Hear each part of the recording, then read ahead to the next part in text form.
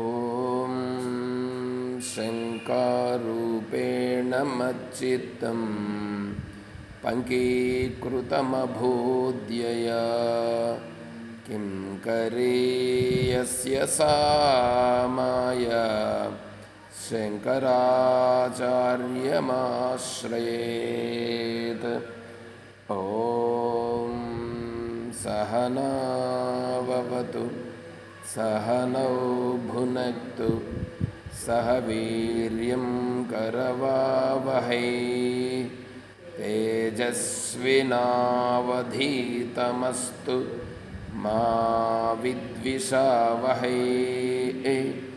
ఓం శాంతి శాంతి శాంతి. హరి ఓం తత్సత్. శ్రీ గురు పరిపూర్ణ పరబ్రహ్మస్వరూపులకు ప్రియాత్మ బంధువులరా, ఓం. మనము ప్రశ్నోత్తరి ప్రతిరోజు విచారించుకుంటున్నాం ఉదయము. అందులో 2వ శ్లోకంలో ఉన్నాం.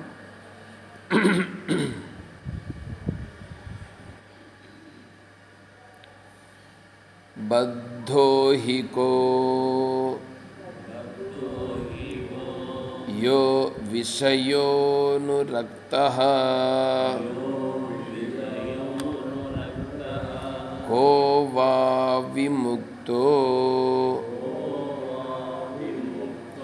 విషయే విరక్తః కో వాస్తి ఘోరో నరకః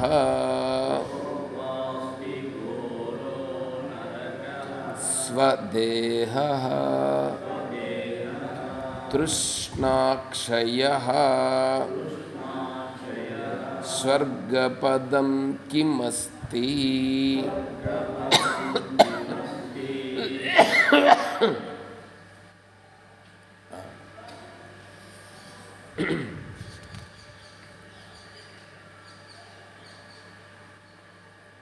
బద్ధుడంటే ఎవరు అనే దాని గురించి తెలుసుకున్నాం. విషయోనురక్త.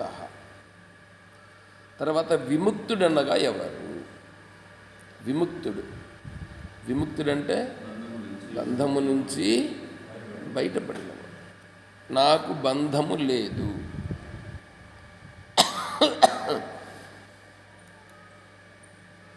నాకు బంధము లేదు అని బంధములో నుంచి బయటపడిపోయినవాడు. ఏమంటే జైల్లో ఉండేవాడు జైల్లో నుంచి బయట వచ్చినవాడు. అసలు జైలుకు పోకుండా ఉండేవాడంటే వాడు జైలుకు పోలేదు కాబట్టి వాడికి జైలు గురించి తెలియదు. జైల్లో ఉన్నాడు కాబట్టి వాడికి జైల్లో ఉన్నాను అనేటువంటి స్వేచ్ఛ లేకపోవడం అనేటువంటిది వాడికి ఇప్పుడు ఉంటుంది.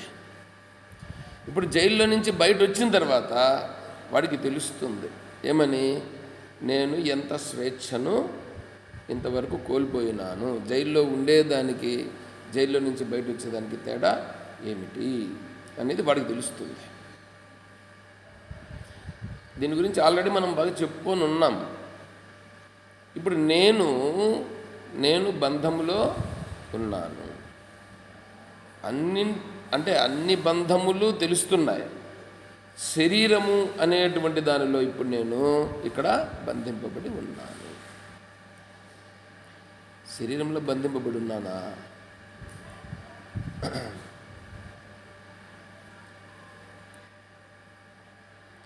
శరీరంలో బంధింపబడి ఉన్నానని నేను అనుకుంటున్నాను, కానీ నిజంగా అయితే నేను బంధింపబడలేను. ఇప్పుడు ఈ స్థాయిలో శరీరంలో ఆత్మస్వరూపంగా శరీరంలో ఉందా లేదా? ఉంది, బంధింపబడి ఉంది.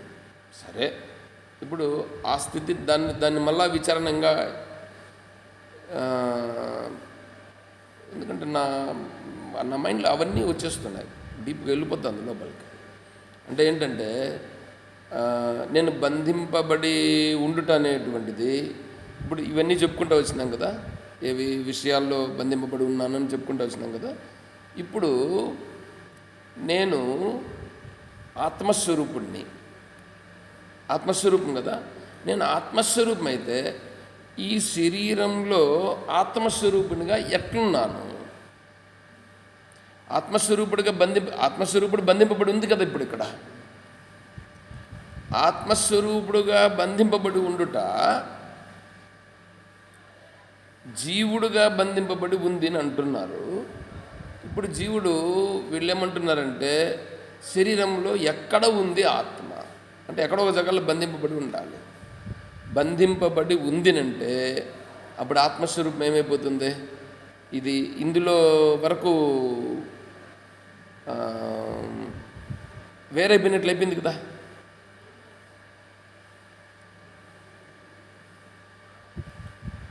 ఇప్పుడు వాడు జైల్లో ఉన్నాడు కదప్ప, జైల్లో ఉండడానికి స్వేచ్ఛ లేదు కదా. ఇప్పుడు ఆత్మస్వరూపానికి స్వేచ్ఛ ఉందా? ఇక్కడ ఆత్మస్వరూపానికి స్వేచ్ఛ ఉంటే నేను స్వేచ్ఛగా ఉండాలి కదా. నేను ఉండలేకపోతున్నాను. నేను స్వేచ్ఛగా లేను కదా. స్వేచ్ఛగా ఉన్నానని మీరు అనుకుంటున్నారా? మీకు దాన్ని నేను చెప్పాల్సి ఉంటుంది. ఎందుకంటే టాపిక్ అట్లా పోయింది కాబట్టి ఆ రూట్లో కూడా కొంచెం విచారం చేసి మళ్ళీ ఇట్లా వస్తాను. ఇప్పుడు ద్వైతులు, విశిష్టాద్వైతులు, అద్వైతులు, వీళ్ళు ముగ్గురు ఉన్నారు. వీళ్ళు ఏం చేస్తున్నారంటే జీవుడనేటువంటి వాడు ఈ హృదయంలో దీపంలాగా వెలుగుతూ ఒకడు ఉంటాడు. ఆ దీపం అనేటువంటిది లాగా వెలుగుతూ ఒక జీవుడు ఒకడు ఉంటాడు. వాడు ఇప్పుడు ఇక్కడ బంధింపబడిపోయినాడు. ఆ జీవుడు అనేటువంటి వాడు ఉన్నాడు కదా ఇక్కడ. వీడు వేరే, ఆ దేవుడు వేరే. ఇప్పుడు వీడు బంధింపబడిపోయినాడు అని వీళ్ళు చెప్తున్నారు. ఎవరు? ద్వైతులు. అంటే ఇప్పుడేమి ఈ పరమాత్మ అనేటువంటి వాడు ఎవరున్నాడో ఆయన వేరే సపరేట్, ఈ జీవుడు వీడు సపరేట్. అంటే వీడేంటంటే వీడు అంగుష్టమాత్ర పురుష అని ఉపనిషత్తు చెప్తుంది. అందుకని అంగుష్టం అంటే వాని బటన వేలులో ఉండేటువంటి అంగుష్టంలో దీంట్లో కొద్దిగా వస్తుంది. అంత ఉంటాడు వాడు హృదయములో అని ఇక్కడ చెప్తుంది. నీవారశూకవత్తన్వే పీతాభాస్వత్యనూపమ తస్యా శిఖాయా మధ్యే పరమాత్మ వ్యవస్థిత అని అక్కడ కూడా వస్తుంది కదా. అంటే అక్కడ ఇక్కడేదో ఉన్నట్లు ఇక్కడ దాని గురించి వర్ణిస్తున్నారన్నమాట. అక్కడ ఈ హృదయములో ఉంది అని అంటున్నారు. అంటే ఇప్పుడు జీవుడు అనేటువంటి వాడు ఇప్పుడు ఏమైపోయినాడు? హృదయంలో బంధింపబడిపోయినాడు. పరమేశ్వరుడు వేరే, ఇప్పుడు ఈ జీవుడు వేరే. బంధింపబడాలి లేదా? అందుకే వాళ్ళు కూడా ఎవరు బ్రహ్మకుమారి వాళ్ళు ఒక పెద్ద లైట్ పెడతారు, మళ్ళీ చిన్న లైటు నేనంట. నీ లైట్ చిన్న లైట్ ఇక్కడ ఉంటుంది, వెలుగుతూ ఉంటుందంట, అది లైట్. కాబట్టి నువ్వేం చేయాలో ఆ లైట్ని చూస్తూ కూర్చోవాలి. వాళ్ళు చెప్తాను. ఎందుకంటే ఇట్లాంటివన్నీ వీళ్ళన్నీ చేసి పెట్టారు. అంటే ఇప్పుడు నేను జీవుడుగా వాడు జైల్లో బంధింపబడిపోయినట్లుగా ఇప్పుడు ఇది కూడా ఇక్కడ బంధింపబడిపోయింది. ఇదే బంధము. చూడు, బంధంలో నుంచి బయటపడాలి కదా నేను. ఇప్పుడు ఇది కరెక్టా? లేకపోతే ఆత్మస్వరూపం అనేది ఎట్లుంది?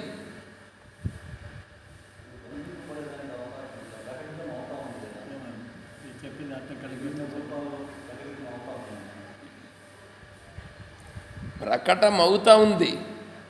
అది ఇప్పుడు ప్రకటమైనా కూడా దాని రూపంగా ప్రకటమవుతా ఉందా? అంటే అంతటా ఉన్నవాడుగా ప్రకటమవుతా ఉందా? లేదా ఇక్కడ ఈ శరీరంలో ఉన్నట్లుగా ప్రకటమవుతా ఉందా? ఉన్నట్లుగా ప్రకటమవుతుంది ఒకటి. రెండవది, దాని రూపంగా అది ప్రకటమవుతా ఉందా? లేదా నువ్వు దాన్ని గుర్తించి అది ప్రకటమవుతున్నట్లుగా నువ్వు చేస్తున్నావా? లేకుంటే దాని దాని ప్రభావం జరుగుతుందా, నీ ప్రభావం జరుగుతూ ఉందా?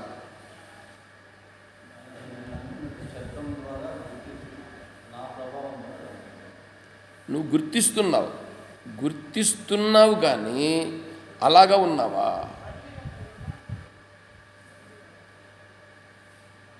అలాగా ఉన్నావనంటే దాన్ని ఏమన్నా ఇప్పుడు ఆ వెలుగు లేకపోతే ఆ తెలివి ఉంది కదా, ఆ తెలివి కంటి ద్వారా ప్రకటమవుతా ఉంది, ఆ తెలివే చెవి ద్వారా ప్రకటమవుతా ఉంది, ఆ తెలివే ముక్కు ద్వారా ప్రకటమవుతా ఉంది, ఆ తెలివే నోటి ద్వారా నాలుక ద్వారా ప్రకటమవుతుంది. బాగానే ఉంది.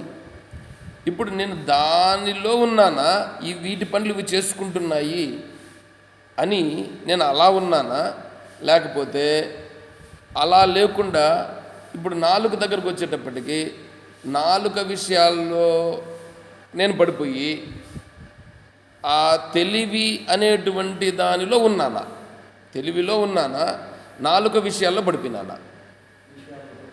విషయాల్లో పడిపోయాను అంటే అక్కడ బంధింపబడిపోయినాను కదా, బంధింపబడిపోయినాను. అట్లాగే రూపం విషయంలో బంధింపబడిపోయినాను, శబ్దం విషయంలో కూడా బంధింపబడిపోయినాను.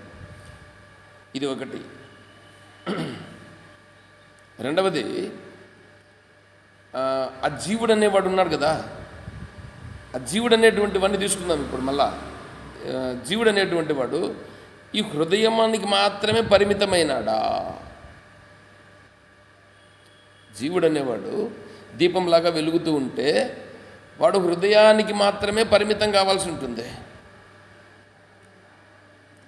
శాస్త్రము ఇప్పుడు ద్వైతులు చెప్తాను కదండి, మీకు ఇవన్నీ తెలివి కాబట్టి నేను చెప్తున్నా. చెప్పి వాటిలో సందేహాన్ని క్రియేట్ చేసి మళ్ళీ ఆ సందేహాన్ని నేను మళ్ళీ నివృత్తి చేయాలి. ఎందుకంటే మీకు తెలిసి ఉంటే నేను వేరే ఏమన్నా చెప్పచ్చు. మీరు వాళ్ళ దగ్గరికి వినారు అనుకో, బ్రహ్మకుమారిస్ దగ్గరికి వినారని అనుకోండి, వాళ్ళు ఇదే చెప్తారు. ఏం చెప్తున్నారు? లైట్ పెడతారా పెట్టరా వాళ్ళు? అదే లైట్ని శివలింగం లాగా పెడతారు వాళ్ళు. అది లైట్, నువ్వు జీవుడు, దాని చుట్టూ చిన్నవి అన్నీ ఉంటాయి అన్నమాట. అంటే ఇప్పుడు ఏంటి, పెద్ద పరమాత్మ కూడా ఉన్నాడు, వీళ్ళందరూ జీవులు. ఈ జీవులందరూ ఆయన నుంచి బయట వచ్చినారు. ఇప్పుడు వీళ్ళు వేరే, ఆయన వేరే. అది వాళ్ళు బ్రహ్మకుమారి శివులు, వాళ్ళ కథ వారుగా పెడదాం, వాళ్ళకి శాస్త్రములే పాడులే వారుగా పెట్టు. ద్వైతులు అంటే ఎవరంటే మీకు చెప్పాలంటే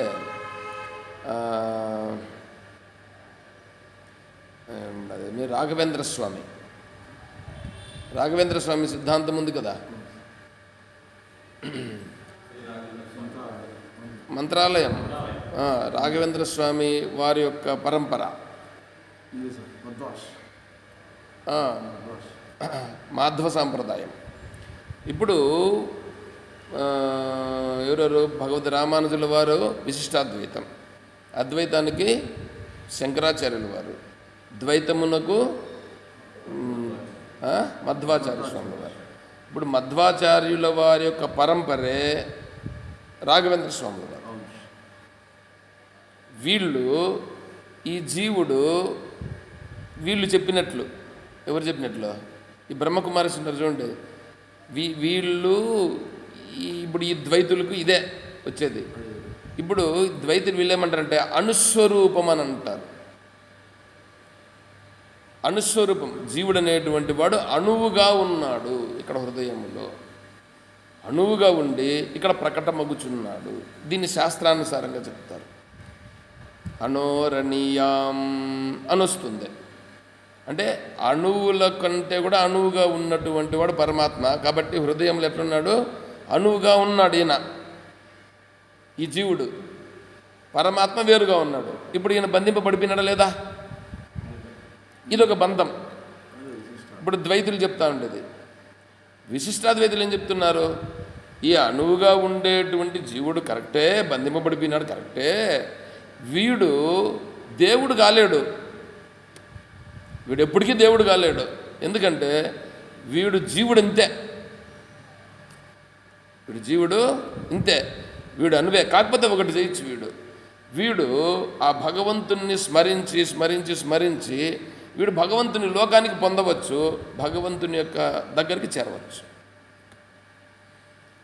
అందుకని చూడండి, కావాలంటే 7 ఉండే వాళ్ళని చూడండి, ఒక్కరైనా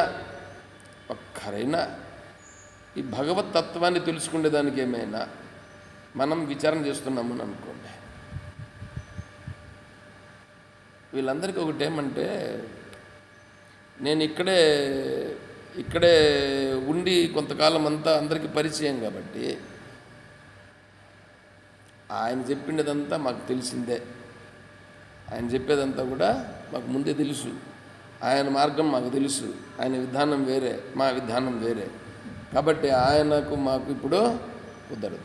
అదే నేను వేరే, ఇప్పుడు ఈ పక్కలో స్వామి వచ్చినాడు చూడండి, ఆ స్వామి చెప్పేదాన్ని అయితే బాగా కావాలంటే వింటారు. ఎందుకంటే కొత్త వింత, పాత కాబట్టి నా పరిస్థితి అంతా ఏంటంటే వీళ్ళకి బాగా తెలుసు, కాబట్టి ఈయన చెప్పేదంతా మాకు తెలుసు, ఈయన విధానం ఇది, ఎంతసేపని ఇట్లా చెప్తాడు. మీరు చెప్పారు ముందు ఉన్న పరిస్థితుల్లో కాదు, ఇప్పుడు నేను అన్నీ ఉత్తీర్ణత అయిందాను అని చెప్పి మీరు చెప్పినారు, అది ఇక్కడ ఉంది.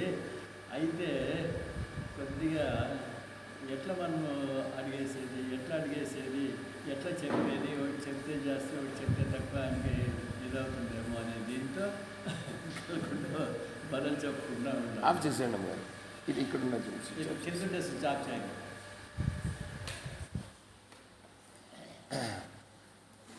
కాబట్టి వాళ్ళ భావాలు అలా ఉన్నాయి.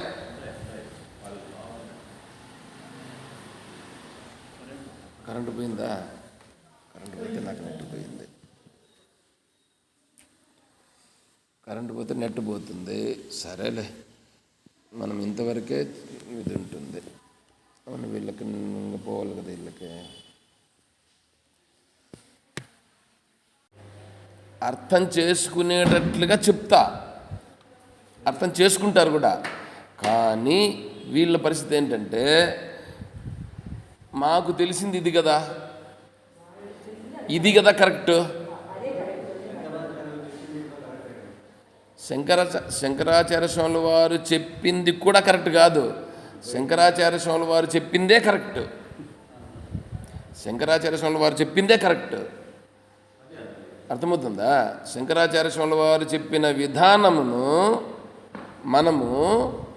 ఇక్కడ మనం విచారం చేసుకుంటున్నాం. శంకరాచార్య స్వాముల వారి విధానాన్ని మనం ఇక్కడ విచారం చేసుకుంటుంటే వీళ్ళ బుద్ధిలో ఉంటుంది చూడండి, వీళ్ళకి తెలిసినది ఇది కదా కరెక్ట్ అని వీళ్ళు ఉండారు. ఇప్పుడు విశిష్టాద్వైతంలో ఉండేటువంటి రామానుజాచార్య స్వాముల వారి సాంప్రదాయంలో ఉండేటువంటి వాళ్ళు విచారణ చేసుకుంటున్నారే, వాళ్ళు ఇది కదా కరెక్ట్, వీళ్ళు చెప్తానేది ఎట్లా కరెక్ట్ అవుతుందని వాళ్ళు ఉన్నారు. ఇటుకు వస్తారు, పూజ చేస్తారు, ఇంకేందో చేస్తారు. సమీక్షించుకుంటే ఇంతెందుకు వస్తుంది? సమీక్షించుకోరు, ఇదే కరెక్ట్, మేము చెప్తా ఉండేదే కరెక్ట్ అనే దృష్టితో ఉన్నప్పుడు దీనికి రారు. అర్థమవుతుందా? మళ్ళీ ఇప్పుడు ఇది చూడండి, ఇది బంధం అవునా కదా చూడండి. నేను బంధం అనేటువంటి దాని గురించి ఇప్పుడు మళ్ళీ ఇక్కడ వివరణలోకి వస్తుండేది. ఇప్పుడు జీవుడు అనేటువంటి వాడు హృదయంలో అణువు రూపంగా ఉంటాడా లేక సర్వేశ్వరుడా? సర్వేశ్వరుడుగా ఉండేవాడు హృదయంలో ఎట్లా ప్రకటమైనాడు అనే దాని గురించి కూడా నిన్న మనం అర్థం ఉదాహరణంగా చెప్పుకున్నాం. ఆ విధంగా జీవుడున్నాడు అనేటువంటి దాన్ని ఇక్కడ చెప్తూ ఉంటే మాకు అవసరమే లేదు నీ సిద్ధాంతం పో. ఎట్లా ఉంటుంది ఇది? చూడండి ఎట్లా ఉంటుంది. ఇట్లాంటివి ఉంటాయి. అవసరం లేదు దానికన్నా లేదు నేను దానికంటే లేదు లెక్కతో వాళ్ళు అట్లా ఉన్న కారణం చేత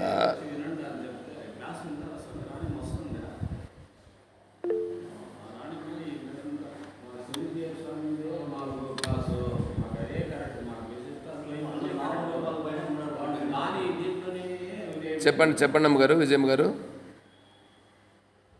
సార్, అన్ని శాస్త్రాలు ఉండే దానికి మూలము భగవద్గీతనే కదండి సార్. ఆ, భగవద్గీతలో ఉండే పాయింట్ ని పట్టుకోకుండా వాళ్ళ కొద్ది వాళ్ళు అదే జీవుడు ఇట్లా ఉన్నాడు అట్లా ఉన్నాడు అనకుండా భగవద్గీత మెయిన్ కదా, ఎందుకు అది అర్థం చేసుకోకుండా వాళ్ళ కొద్ది వాళ్ళు శాస్త్రాలు ఎన్ని పెట్టుకోవడం ఎందుకు సార్? మరో మళ్ళీ మాట్లాడతాను మీతో. Okay okay okay. విజయమ్మ గారు, ఇప్పుడు భగవద్గీతను వాళ్ళకు సరిపోయేటట్లుగా తీసుకుంటున్నారు. నేను అందుకని ఇంతకు ముందు కూడా చెప్పాను. ఇప్పుడు ఇప్పుడు నేనేం చేస్తానంటే, నేనేదో ఒక ఇది పెట్టాలని అనుకుంటాను, నా మార్గం అనేది ఒకటి రావాలనుకుంటాను, నన్ను ఫాలో కావాలనుకునేటట్లుగా నేను అనుకుంటాను. అట్లా అనుకున్నప్పుడు ఏం చేస్తానంటే, నేను ఒక సిస్టమ్ పెడతా, దీనికి ఈ అర్థం ఇట్లా తీసుకోవాలని పెడతా, దీని అర్థం ఇదండి అని చెప్తా, దీని అర్థం ఇది అని మనం చెప్తే అప్పుడు ఇది కరెక్ట్ అనేటట్లుగా ఫాలో కావాలని అంటాం. ఎందుకంటే ఎదురుగా తెలియని వాళ్ళు చాలామంది ఉంటారు. అప్పుడు వాళ్ళు ఏం చేస్తారు, ఓ ఇది కరెక్టే ఉంటుంది, చెప్తాడు పెద్ద అని చెప్తున్నాడు కదా అని వాళ్ళు స్వీకరిస్తారు. అర్థమవుతుందా? ఎందుకంటే ఎదురుగా ఉండేవాడు తెలిసిండేవాడు చెప్తే, ఎదురుగా ఉండేవాడు తెలిసిండేవాడైతే కూర్చొని ఇప్పుడు చెప్పేటువంటి వాడు కూడా వీడికి కొంచెం భయం ఉంటుంది, అరే నేను మాట్లాడేటప్పుడు సక్రంగా మాట్లాడాలని ఉంటుంది. నాకు ఎదురుగా ఉండేటువంటి వాళ్ళు తెలిసిన వాళ్ళు కాదు అని అనుకోండి, తెలిసిండే వాళ్ళు కాదు, అప్పుడు నేను మాట్లాడేటప్పుడు ఎట్లా మాట్లాడతాను, నేనే బాగా విచ్చలవిడిగా మాట్లాడతాను, మీకంతా ఇట్లా తెలుసుకోండి, ఇది తెలుసుకోండి, ఇది పద్ధతిని మాట్లాడతా. ఆ విధంగా ఇప్పుడు ఏం చేశారంటే, ఈ ప్రజలు ఈ మాయా ప్రభావంలో గుణానికి లోబడిపోయినటువంటి వాళ్ళందరూ ఇట్లా ఉన్నారు. వాళ్ళలో ఇప్పుడు వీళ్ళు ఏం చేసుకుంటున్నారంటే, వీళ్ళు క్యాష్ చేసుకోవడానికి దాంట్లో మా పద్ధతిని, మా విధానమని చూడండి ఎన్ని ఉన్నాయో చూడండి, మా పద్ధతులు, మా విధానం, దీంట్లోకి రండి, ఇట్లా ఉండండి, దీంట్లో పోతే. ఇంకొంతమంది ఏం తెలిసినా, ఇంతకుముందు కూడా వచ్చింది కదా 2024లోనో 2020లోనో ఏదో ప్రళయం వచ్చేస్తుంది కాబట్టి మీరంతా వచ్చేసి ఈ విధంగా దీనికి ఇచ్చే టికెట్లు కూడా కట్టి ఏదో చేసుకుంటే మీరు పైన ఏదో చేసుకోవచ్చు అనేటువంటిది కూడా వచ్చేసింది ఆల్రెడీ. ఏంటో వాళ్ళకు అనుకూలంగా మార్చుకొని దాన్ని చెప్పడం. దీనిపైన నేను ఒక పీఠాధిపతిని అడిగా, స్వామి ఇప్పుడు ద్వైతం కరెక్టా, విశిష్టాద్వైతం కరెక్టా, అద్వైతం కరెక్టా, దేన్ని పట్టుకోవాలి నేను? చూడండి నేను అడిగాను. ఆయన ఇప్పుడు చెప్పేటువంటి వాళ్ళకి తెలిస్తే వాళ్ళు కరెక్ట్గా చెప్తారండి. ఆయన ఏం చెప్పాడు తెలిసిన, అయ్యా బంగారు ఉందని అనుకో, ఆ బంగారాన్ని ఎట్లయినా ఉంచుకోవచ్చు కదా అని అన్నాడు. బంగారుని ఎట్లయినా ఉంచుకోవచ్చు, ఇది కరెక్టా? బంగారు ఒరిజినల్ బంగారు ఏందో నువ్వు అది చెప్పాలా. ఒరిజినల్ బంగారు ఇది, దాన్ని వాడు ఎట్లెట్లో తయారు చేసుకోవచ్చు అండి వాళ్ళకి ఇష్టం వచ్చినట్లుగా అని చెప్పచ్చు. అట్లా చెప్పలేదండి. ద్వైతము కరెక్టే, విశిష్టాద్వైతము కరెక్టే, అద్వైతము కరెక్టే, అన్నీ కరెక్ట్. అంటే ఇప్పుడు నేను దేన్ని పట్టుకోవాలా? అంటే ఇట్లా చెప్పేటువంటి వాళ్ళు కరెక్ట్గా తెలిస్తే కదా. మళ్ళీ ఆయన ఢిల్లీలో అనేక స్వర్ణ పథకాలను పొందినటువంటి వాడు. ఏం మాట్లాడాలి నేను ఇట్లాంటివి చాలా ఫేస్ చేసినానండి. నేను ఫేస్ చేసి నాకు మనసులో చాలా బాధ అనిపించింది, ఇట్లాంటి వాళ్ళతో కూడా అనిపించింది. తర్వాత మళ్ళీ స్వామీజీ దగ్గర క్లియరెన్స్ వచ్చింది. మళ్ళీ ఇప్పుడు అద్వైతమే కరెక్ట్, అద్వైతమే కరెక్ట్. ఎందుకు కరెక్ట్ అని అంటే, ఇప్పుడు తత్వవిధానంద స్వామి వారి యొక్క తండ్రి గారు అక్కడ ఒక ఇన్సిడెంట్స్ చెప్తాను. ఇప్పుడు ఆయన సంధ్యావందనం చేసుకుంటున్నాడు. ఎవరు? స్వామివారి తండ్రి సంధ్యావందనం చేస్తున్నారు. సంధ్యావందనం చేస్తూ ఉంటే ద్వైతవాది, వీళ్ళందరూ ఒక వీధిలో ఉంటారు కదా, ఈ ద్వైతవాది వచ్చినాడు అనమాట. ద్వైతవాది పోతూ ఆచార్యులు గారు ఇప్పుడు ద్వైతం కరెక్ట్ అవునా కాదా? ద్వైతం కరెక్ట్ అవునా? ఎందుకంటే నువ్వేం చేస్తున్నావు ఇప్పుడు? సంధ్యావందనం చేస్తున్నావు. సంధ్యావందనం చేస్తున్నావంటే ఏమి? నువ్వు వేరని దేవునికి అర్ఘ్య ప్రదానం ఇస్తున్నానని. ఇప్పుడు ద్వైతం ఉందా లేదా? చూడు వాళ్ళు ఎట్లా మాట్లాడతారు. అయ్యా ద్వైతమివ, వీరు సంధ్యావందనం చేస్తూనే ఏం చెప్తారంటే, నువ్వు వేదంలో వెతుక్కోబోవి, వేదంలో వెతుక్కో. ఏమి? ద్వైతం ఇవ అని ఉంటుంది. ద్వైతం అని వచ్చింది దానికి ఎక్కడైనా కానీ దాని పక్కలో ఏముంటుందంటే ఇవ శబ్దం ఉంటుంది. ఆ ఇవ అనే శబ్దాన్ని మరలేస్తారు, ద్వైతము ద్వైతం దాన్నే పట్టుకొని వస్తారు. అంటే ద్వైతము ఇవ అని అంటే ఏమంటే అర్థం ఏంటంటే ద్వైతము వలె ఉన్నది అని అర్థం. అక్కడ ఇవా శబ్దానికి అర్థం ఏంటంటే వలె, ద్వైతము వలె ఉన్నది. అర్థమవుతుందా? అద్వైతాన్ని ఎక్కడన్నా రాని గాక, వేదమంతా వెతుక్కో, అద్వైతం ఏవ, అద్వైతం ఏవ. ఏవనంటే అదే, అద్వైతము మాత్రమే. ఏవా శబ్ద ప్రయోగం. ఆచార్యులు నువ్వు వెళ్ళి నీ వేదమంతా వెతుక్కో, ద్వైతం ఇవా అని ఉంటుంది అక్కడ, ఎక్కడన్నా నువ్వు చూసుకో, అద్వైతం ఏవా అని ఉంటుంది. ఈ ఇవా ఏవా ప్రయోగాన్ని నువ్వు తెలుసుకో. నేను కూడా ఇప్పుడు ద్వైతము లాగా ఉన్నట్లుగా చేస్తున్నానే కానీ నేనేమి ద్వైతంలో నేనేం లేదు, నేనున్నది అద్వైతమే అని ఆచార్యులు వారు చెప్పారు. అర్థమవుతుందా? చూసేదానికి నువ్వు వేరుగా నేను వేరుగా ఉన్నామా లేదా? ఉన్నామా లేదా? సర్వభూతేషు ఏనైకం భావం అవ్యయమీక్షతే అవిభక్తం విభక్తేషు తజ్ఞానం విద్ధి సాత్వికం. ఈ సర్వభూతములన్నీ కూడా ఏంటంటే వేరు వేరు వేరు వేరు వేరుగా విభజింపబడినట్లుగా ఉంటుంది. కానీ విభజింపబడి లేదు, ఒకటే దాని యందు విభజింపబడినట్లుగా ఉన్నదని తెలుసుకుంటాడు, తెలుస్తుంది, అది అనుభవంలోకి వస్తుంది. కనిపించినట్లు అట్లా ఉంది ఇక్కడ. ఇది ఒరిజినల్ ఏమీ కాదు, అది అద్వైతం. ఇప్పుడు వేరువేరుగా ఉన్నాము అనేటువంటి భావన బంధమే కదా. అర్థమవుతుందా? నా రూట్ ఎందుకో ఈరోజు అట్లా వచ్చింది, అది కూడా చెప్తున్నాం. ఈ రూపంగా కూడా బంధమే, ఇది కూడా బంధమే.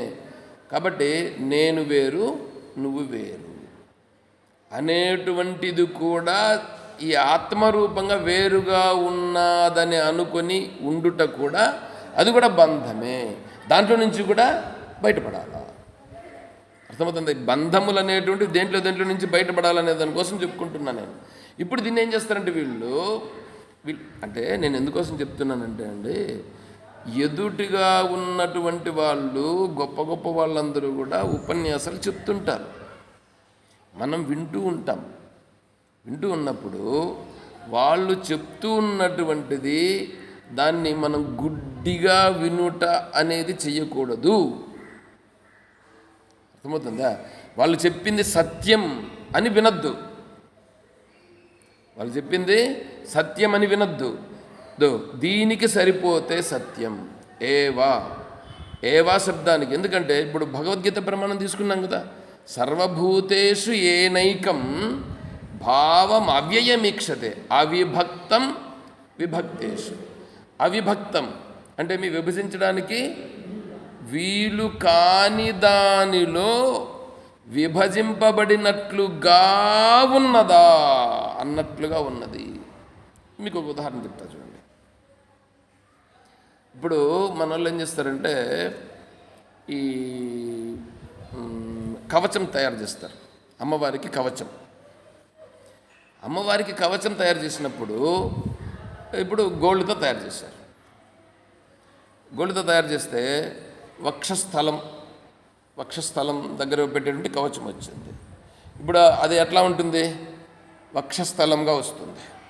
తర్వాత భుజాలకు వస్తుంది కవచం అంతా. ఇప్పుడు అట్లాగే వచ్చేసింది, అంతా గోల్డ్తో వచ్చింది కదా. ఇప్పుడు అంతా గోల్డ్తో వేశారు. ఇప్పుడు ఆ భుజములకు ఉండేటువంటి దాన్ని చూసావనుకో, నువ్వేమంటావు? భుజములు అంటావా బంగారు అంటావా? భుజములు అని అంటావు, అవునా? చేతుల దగ్గరికి వచ్చేటప్పటికి చేతులు అని అంటావు. ఇప్పుడు వేళ్ళ దగ్గరికి వచ్చేటప్పటికి వేళ్ళు అని అంటావు. ఏమంటే కాళ్ళ దగ్గరికి వచ్చేటప్పటికి కాళ్ళు అని అంటావు. పాదాల దగ్గరికి వచ్చేటప్పటికి పాదాలు అని అంటావు. కానీ ఇదంతా ఒకే ఇదవునా కదా, దీన్ని ఏం చేస్తుంటారంటే ఒకే పోత పోసి దాన్ని తీసుకొని వచ్చి పెడతారు అమ్మవారికి. అవునా? అంటే ఇప్పుడు అమ్మవారికి కాబట్టి సపరేట్గా ఏమన్నా పెడతారేమో అక్కడ. కానీ ఇప్పుడు వెంకటేశ్వర స్వామి గుళ్ళో మనకి ఇట్లా ఉంటాయి చూడండి, వీటికి అన్నింటికి కూడా వేశారు కదా, బంగారు పూత వేశారు కదా. ఈ బంగారు పూత వేసినప్పుడు దేవతల విగ్రహాలన్నీ కూడా వెనకాల ఉండేటివన్నీ అవి కనిపించకుండా పోతాయని దాని మీద కూడా మళ్ళీ కోర్టుకు వినారు, ఏదో జరిగింది. అప్పుడు వీళ్ళు ఏం చేశారు, అట్లా కాదు, ఆ వెనకాల ఉండే శిల్పాల్లో ఏమున్నాయో ఆ శిల్పాల్లో ఉండేటట్లుగానే ఈ బంగారు పూత పూసేటువంటి దాంట్లో కరెక్ట్గా అన్నీ కనిపించేటట్లుగానే పెడతామని చెప్పారు. చెప్పిన తర్వాత సరే దానికి ఏదో యాక్సెప్ట్ చేశారు.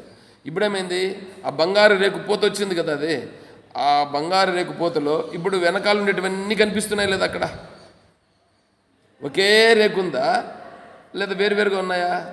ఒకే రేకే. ఒకే రేకులో ఇప్పుడు నువ్వు చూస్తూ ఉంటే ఒక్కొక్కరు ఒక్కొక్క విధంగా ఉన్నారు లేదా అక్కడ? ఇప్పుడు దీంట్లో ఒకే దానిలో వేరువేరుగా ఉన్నట్లుగా ఉందా లేదా? అది అంటే ఒకే దానిలో విభజించి ఉండుట అంటే అదన్నమాట. అట్లా ఉండేది ఇప్పుడు ఇక్కడ. ఇది అర్థమవుతుందా? అది కూడా ఈశ్వరుని దగ్గరకు వచ్చేటప్పటికి వస్తుంది కానీ హిరణ్య గర్భంలో వస్తుందే కానీ శుద్ధ బ్రహ్మ దగ్గరికి పోయేటప్పటికి ఇవన్నీ కూడా ఏముండవు. అంతవరకు రారు మన వాళ్ళు, మాకు అవసరం లేదు అవంత. ఒకతను ఏదో ప్రశ్న వేస్తే, శివస్య హృదయోర్విష్ణు విష్ణోస్య హృదయం శివ,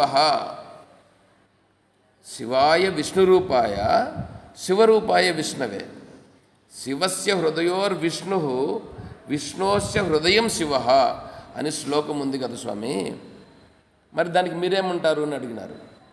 ఆ శ్లోకాన్ని మేము అంగీకరించమండి, మాకు లేదని అన్నాడు. మాకు లేదు అదేని అన్నాడు. ఏం చెప్పాలి ఇప్పుడు? మాకు లేదది.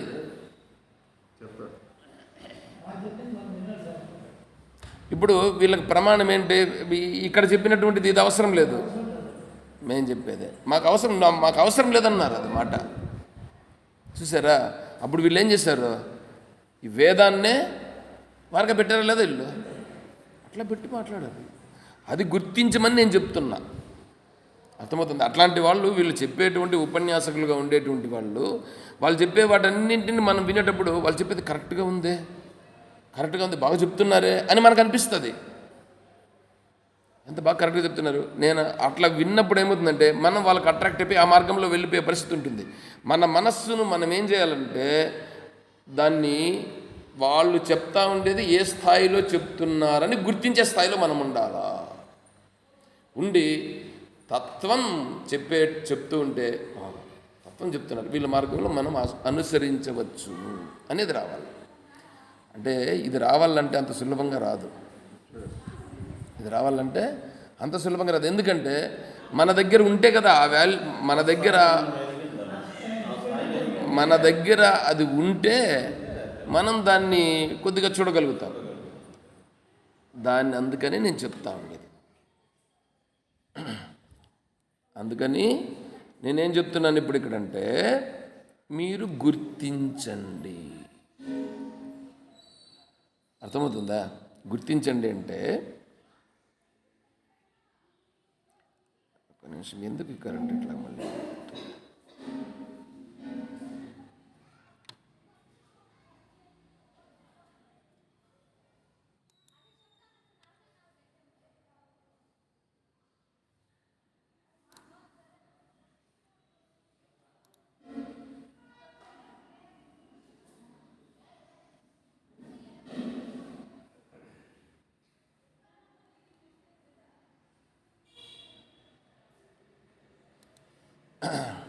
ఇక్కడ మనము ఎదుటి వాళ్ళు చెప్పేదాన్ని గుడ్డిగా నమ్మకుండా గుడ్డిగా నమ్మకుండా మనం ఏం చేయాలంటే ద్వైతం కరెక్టే, విశిష్టాద్వైతము కరెక్టే, అద్వైతము కూడా కరెక్టే. అయితే ఇప్పుడు మనం ఎలా తీసుకోవాలంటే విద్యాప్రకాశానందగిరి స్వాముల వారు అడిగినప్పుడు చెప్పారు. విద్యానందగిరి స్వాముల వారిని కూడా అడిగాను నేను, ఏర్పేడు విద్యానంద స్వాముల వారిని కూడా అడిగాను. విద్యాప్రకాశానందగిరి స్వాముల వారిది విన్నాను. విద్యాప్రకాశానందగిరి స్వామి కాళహస్తి, విద్యానందగిరి స్వామి కాదులే, విద్యానందగిరి స్వామి వ్యాసాశ్రమం, విద్యాప్రకాశానందగిరి స్వామి కాళహస్తి. నేను విద్యాప్రకాశానందగిరి స్వాముల వారిని ఈ ప్రశ్న అడగలేదు, కానీ వారు సమాధానం చెప్పి ఉన్నారు, అది విన్నాను. విద్యానందగిరి స్వాముల వారిని దీనిపైన అడిగి ఉన్నాను, దానికి సమాధానం కూడా చెప్పి ఉన్నారు వారు. ఇప్పుడు ఏంటంటే మొదట ద్వైతంలో ఉంటావు నాయన. మొదట ఏంటంటే నీకు తెలియదు, అంతఃకరణ పరిపక్వం కాలేదు. హరివమ్మ గారు, అంతఃకరణ పరిపక్వత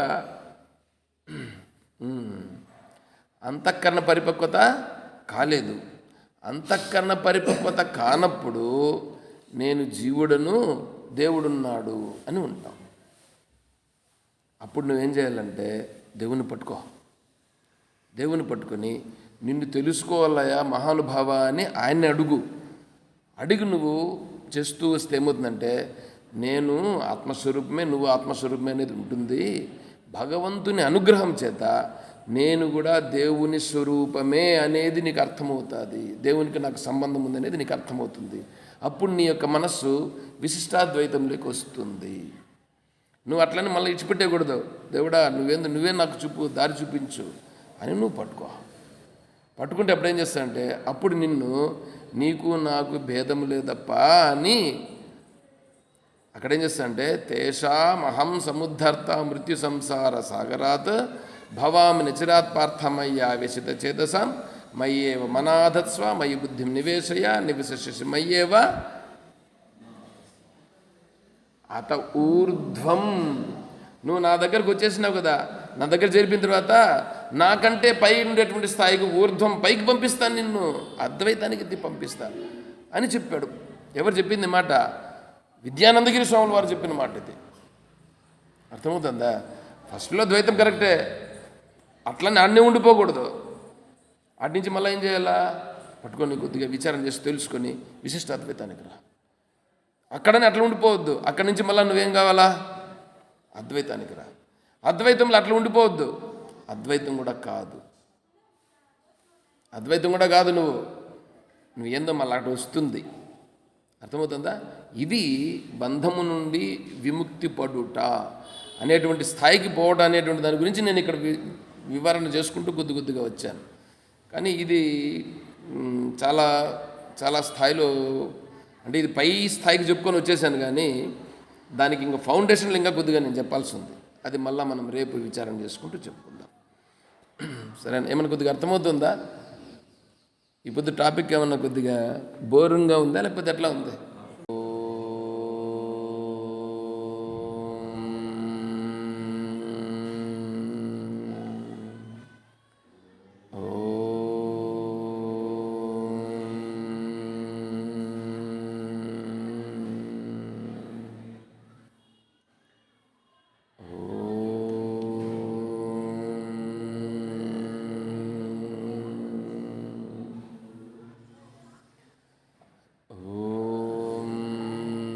असतो मा सद्गमय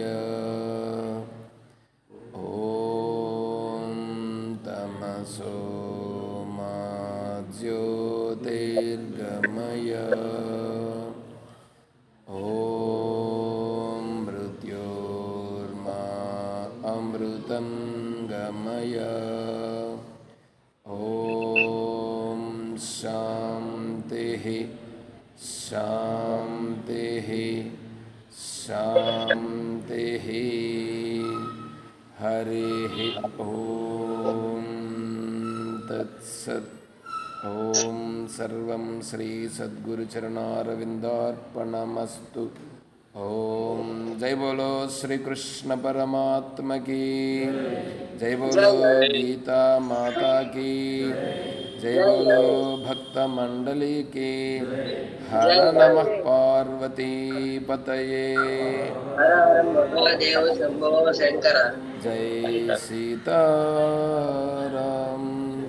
హరి ఓం తత్సత్. ఓం హరి ఓం హరి ఓం.